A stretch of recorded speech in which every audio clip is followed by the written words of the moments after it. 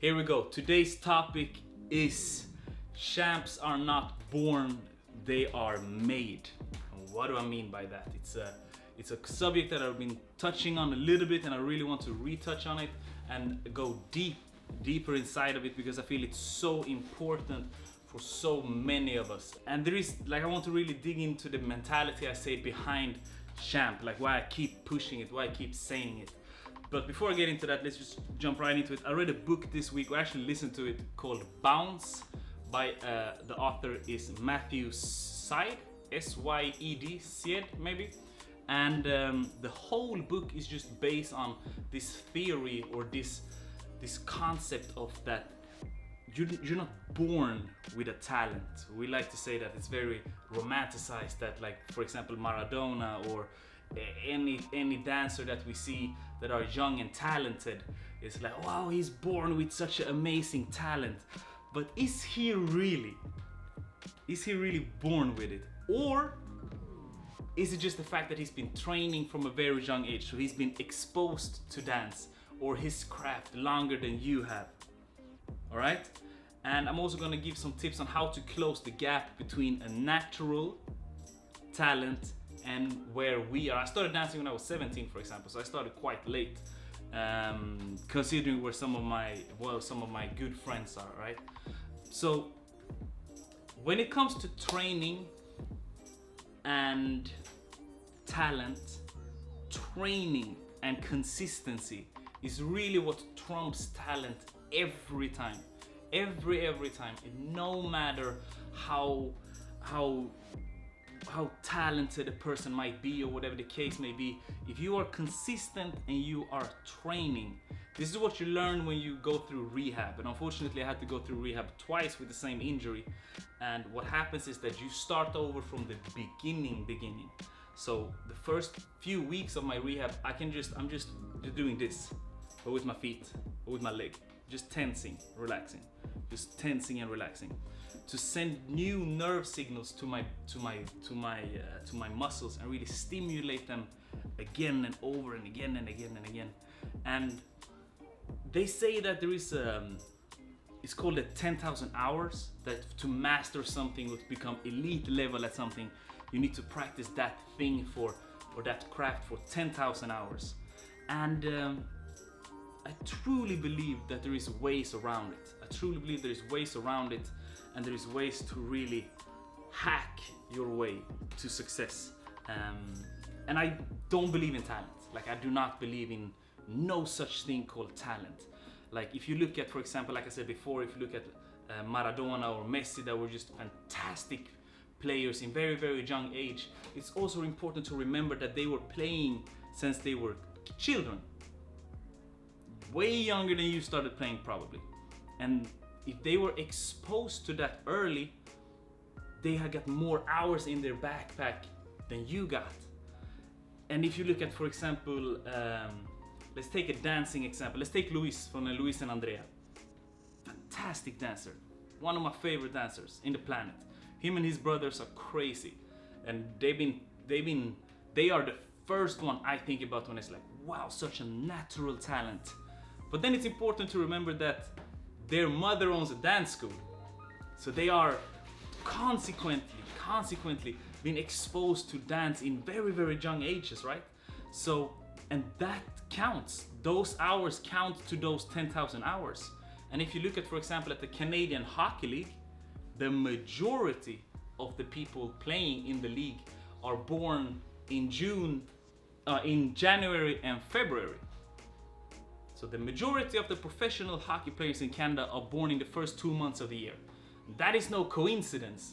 It's not a coincidence of like, whoa, there's something magical with January and February children. They are Taurus, or they are Capricorns, or whatever star sign they are. And I'm a spiritual guy, like, don't get me wrong.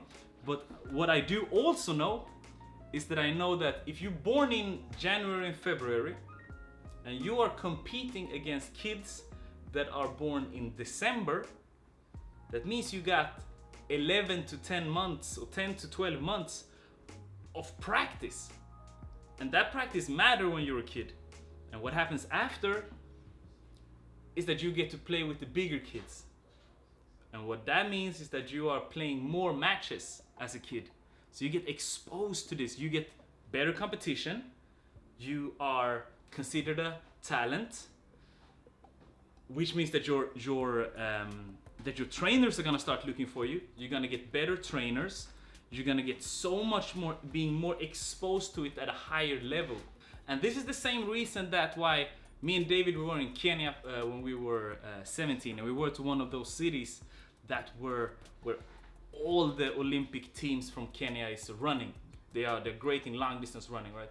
They're all from the same city, like the same village basically.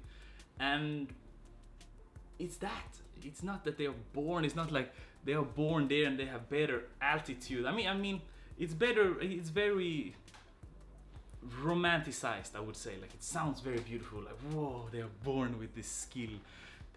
Maradona was born with a football on his feet, and you know, it's not the case. The case is that they are practiced and longer than you have.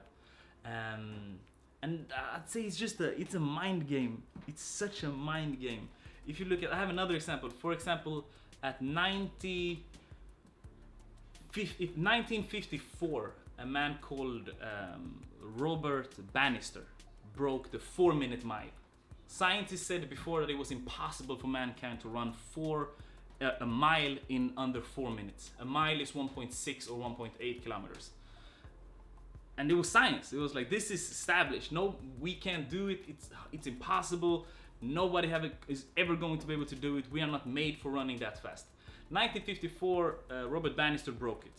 And that record that was before him, I think it was 4 minutes and like 2 seconds or 3 seconds, something like that. That had been for 12 years. No, sorry, 14 years. That's been since 1940. And he breaks it. He's from the UK. Everybody's going crazy. The world has changed. What happens? 4 years after Robert Banister broke the 4-minute mile, 20 other people did it. 20 other people, what science considered to be impossible. And not only did 20 people do it, 11 people from the UK did it. 11 people from the UK, the same spot that he was from, broke that record and kept on breaking it. And it's no coincidence. There's no coincidence, and it all comes down to repetition, and that is for your dancing, for your training, for whatever the case may be. We talked about it a few weeks ago, that the body's responding to frequency, volume, and that's all it is with your dancing. If you're practicing a new turn, run it over and over and over again. If you practice on talking, if you look at some of my talks from way before, like it's not as I'm not as good as I am right now, you know. So there is a way for all of us to close this gap. Let's say but I started dancing late in life. Like I didn't dance since I was a kid, but I still want to be as good as the stars, quote unquote, or the artists as we like to call them, the artists that are on all the festivals. But I want to be there too. Like, how do I get there? Immersion. Immersion is the name of the game. Immersion is when something is just like it's covering you. It's like you go all in. There is no other way around it. You work on your visualization, for example. Every time you hear music, see yourself dancing. Like, even if I don't practice as much dancing as I did before, every time I hear music, I'm always dancing. Like, if I'm dancing, or I'm physically dancing, or I'm dancing up here, all the time. And there's ways to. We talked a lot before about visualization, but there is ways to really do it and structure it. Let me know if you want more information on it, and we'll run it over together. And then there is this thing that's called, and this is key. It's called, by Matthew Syed, the author of Bounce, who, by the way, I forgot to say, is a 2-time Olympian in ping pong, pingis. two-time Olympian. Even if ping pong might sound silly for some of you, it's a crazy sport. It's a crazy sport, and especially in the UK, it's highly competitive. It's highly competitive. And guess what? His street, on the street that he was born, there has been more Olympians in the ping pong community than in the entire UK. All right, and that is for this reason, and it's motivation by association, which means that if you can find the slightest similarity between you and somebody else that you look up to or who are where you are, something changed in the brain. Something changed in the brain. And you will get an extra feeling of like you can conquer it. If he can do it, I can do it. And this is why I keep bothering you guys about mentors and talking to others and going back and forth and always asking questions and finding those small similarities. I'm making sense so far, no? Like I feel I'm making sense. So there is no talent. It's just that person have practiced longer than you. He did it before you. He practiced when he was a kid, and this goes for everything. And this is so motivation by association is the reason why I'm always saying, "Let's go, champ! Let's go, champ!" If you get associated with that word, if you get associated with it, and then you see, that's how I got associated with it. I started saying champ once I started following a guy called Shannon the Cannon. He's a boxer, former heavyweight champion in the world, Shannon the Cannon. And he had this story when he went through depression, and I was in one of the most depressed states myself. And so I really started associating it with it.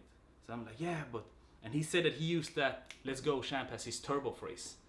A phrase that just put him into turbo mode and made him be better and made him want to perform at a higher level. So when I saw that, I really felt with it and I really connected with it. I saw a similarity between me and him. It was like, oh wait, so he's the heavyweight champion in the world, and he used to be depressed. Yeah, but if he can do it, but then I might not be the heavyweight champion of the world, but I can at least get out of this shit. So it's motivation by association. So that's why I'm always pushing champ. Like that's where it comes from originally. So the sum of the cardamom, as we say in Swedish, which is like the summary, is that champs are not born. So no one is born being a champ. No one is born being relentless. This is something you do. Like you become that person. They are made. All right. I want to